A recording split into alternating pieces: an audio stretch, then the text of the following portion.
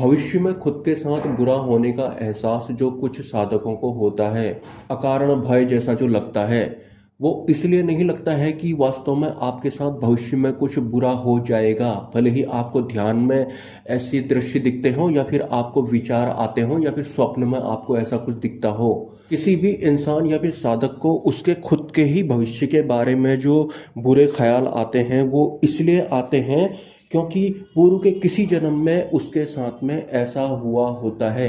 और आपको पता है कि हम अपने संस्कारों को साथ में लेकर के आते हैं जब भी इस शरीर के रूप में हमारा एक नया जन्म होता है। तो जो भी लोग कुछ इस तरह की ड्रीमिंग कर रहे हैं या फिर कल्पना कर रहे हैं या फिर उनके चित्त में इस तरह की बातें आ रही हैं कि मेरे साथ में भविष्य में कुछ गलत होने वाला है, शायद मुझे कोई झूठे केस में फंसाने वाला है या फिर मेरा कोई एक्सीडेंट होने वाला है या फिर मेरी फैमिली में किसी भी तरह का कोई लफड़ा होने वाला है, इस तरह के विचार जिसके भी अंदर आ रहे हैं अकारण ही, आपको बिल्कुल भी डरने की जरूरत नहीं है। क्योंकि अनंत जन्मों के संस्कारों के तामझाम के साथ ही हमारा मौजूदा जन्म होता है। तो अकारण ही हमारा मनोभाव ऐसा हो जाता है कि मेरे साथ कुछ गलत होने वाला है और इंसान भयग्रस्त भी हो जाते हैं। और जैसा कि आप जानते हैं कि जब भी एक इंसान साधक बनता है, जब वो अंतिम सत्य वाले मार्ग पर आता है, तो सिंपली वो ध्यान करने लगेगा या फिर उसकी चेतना जागृत होने लगेगी। और जब हमारी जो दृष्टि होती है वो हमारे मन को और इस ब्रह्मांड को टच करती है, फिर हमारे चित्त वाली व्यवस्था को टच करती है, तो आपको पता है कि हमारे मन बुद्धि चित्त अहंकार में अनंत जन्मों के रिकॉर्ड्स होते हैं।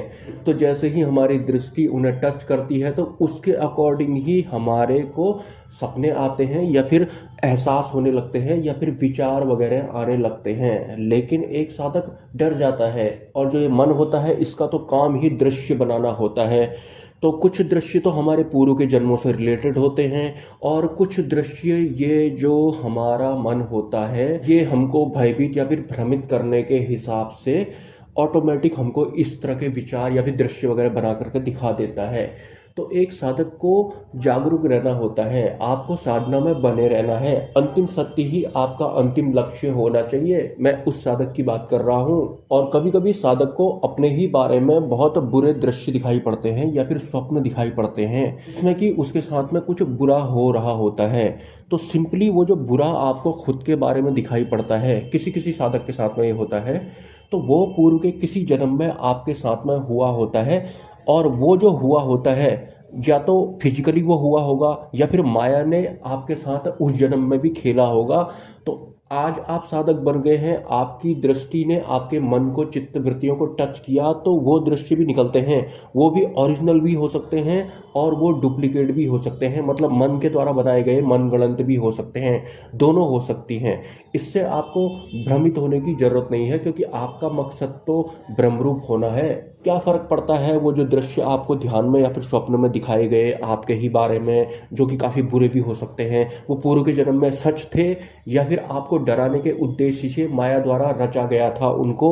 लेकिन इस जन्म में आप माया से तो डरने वाले हैं नहीं, क्योंकि माया के बारे में, मन के बारे में, मन बुद्धि चित्त अहंकार के बारे में आपको स्पष्टीकरण दिया जा रहा है। तो आपको साधना में बने रहना है, दृष्टा बन करके इन सबको आपको देख लेना है और आपको प्रभावित नहीं होना है। प्रभावित हमारा मन बुद्धि चित्त अहंकार ही होता है। और अगर आपको कोई स्वप्न दिखाई देता है तो उसके भी कई कारण हो सकते हैं। मे बी आपकी जो दृष्टि है वो स्वप्न लोक में पहुंच गई हो और किसी अन्य जन्म का, आपका पूर्व के किसी जन्म का दृश्य आपको या फिर उस जन्म में जो स्वप्न आपको दिखाई पड़ा था वो स्वप्न आपको दोबारा दिखाई पड़ रहा है।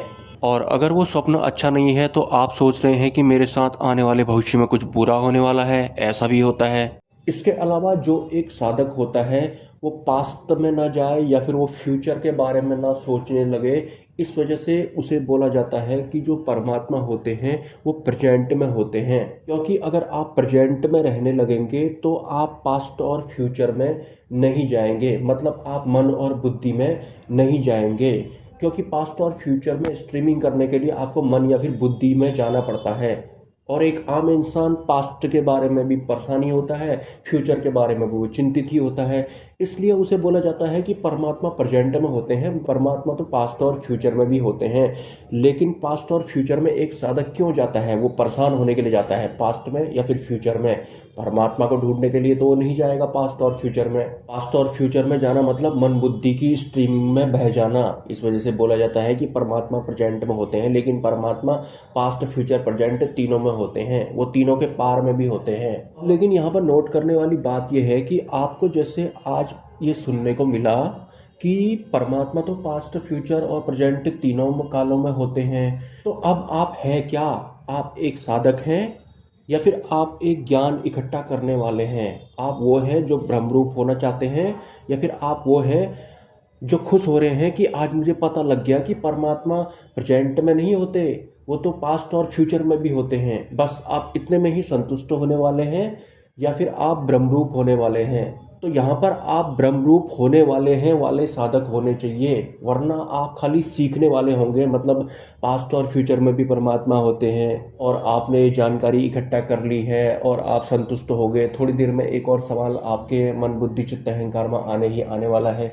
तो आपका जो ध्येय होना चाहिए वो ब्रह्मरूप होना चाहिए। और ज़्यादातर जो साधक होते हैं वो ऐसे ही होते हैं, सिर्फ जानकारी इकट्ठा कर ली और थोड़ा संतुष्ट हो गए।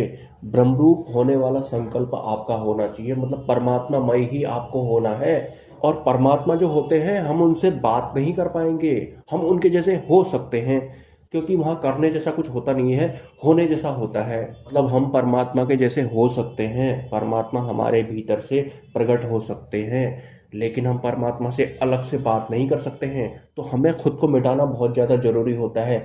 जब तक हम खुद को मिटाएंगे नहीं, या फिर जब तक हमारा समर्पण नहीं हो जाएगा, तब तक परमात्मा हमारे भीतर प्रकट भी नहीं हो सकते हैं। लेकिन धीरे धीरे एक साधक समझ जाता है और धीरे धीरे वो माया के पूरे जाल को, या फिर मन बुद्धि चित्त अहंकार जो होता है, या फिर ध्यान के दृश्य स्वप्न लोग जो होता है, इन सबको वो समझ जाता है। और वो ये समझ जाता है कि भले ही मुझे फिजिकली किसी भी तरह का अनुभव हो या फिर कुछ भी मुझे सुनने को मिले, मेरे को उसको जानना नहीं है, मेरे को तो ब्रह्मरूप होना है, मेरे को तो जागृति करनी है अपनी, मतलब मुझे तो मुक्त होना है। उसका ध्येय यही रहता है। ये सब जो भी आपको सुनने को मिला, ये सब जानकारियाँ इकट्ठा करने के लिए नहीं है। आपका जो मुख्य जो ध्येय मकसद या फिर संकल्प जो है वो आपकी आत्म जागृति है। मतलब आत्म जागृति के उद्देश्य से ही आप ये वीडियोज वगैरह भी देखते हैं। ऐसा नहीं कि आपका ये वीडियो देखने का कंक्लूजन ये निकला कि आज मुझे पता लग गया कि परमात्मा तो भूत भविष्य में भी होते हैं, लेकिन हम बुद्धि और मन में जाकर के स्ट्रीमिंग ना करें, मतलब फ्यूचर में और पास्ट में ना जाएं, इसलिए बोला जाता है कि परमात्मा सिर्फ प्रेजेंट में होते हैं। यहाँ तक ही आप नहीं होने चाहिए। सपोर्ट अगर आप करना चाहते हैं तो मेरे यूपीआई नंबर पर कर सकते हैं, जो कि आपको कम्युनिटी पोस्ट में देखने को मिलेगा।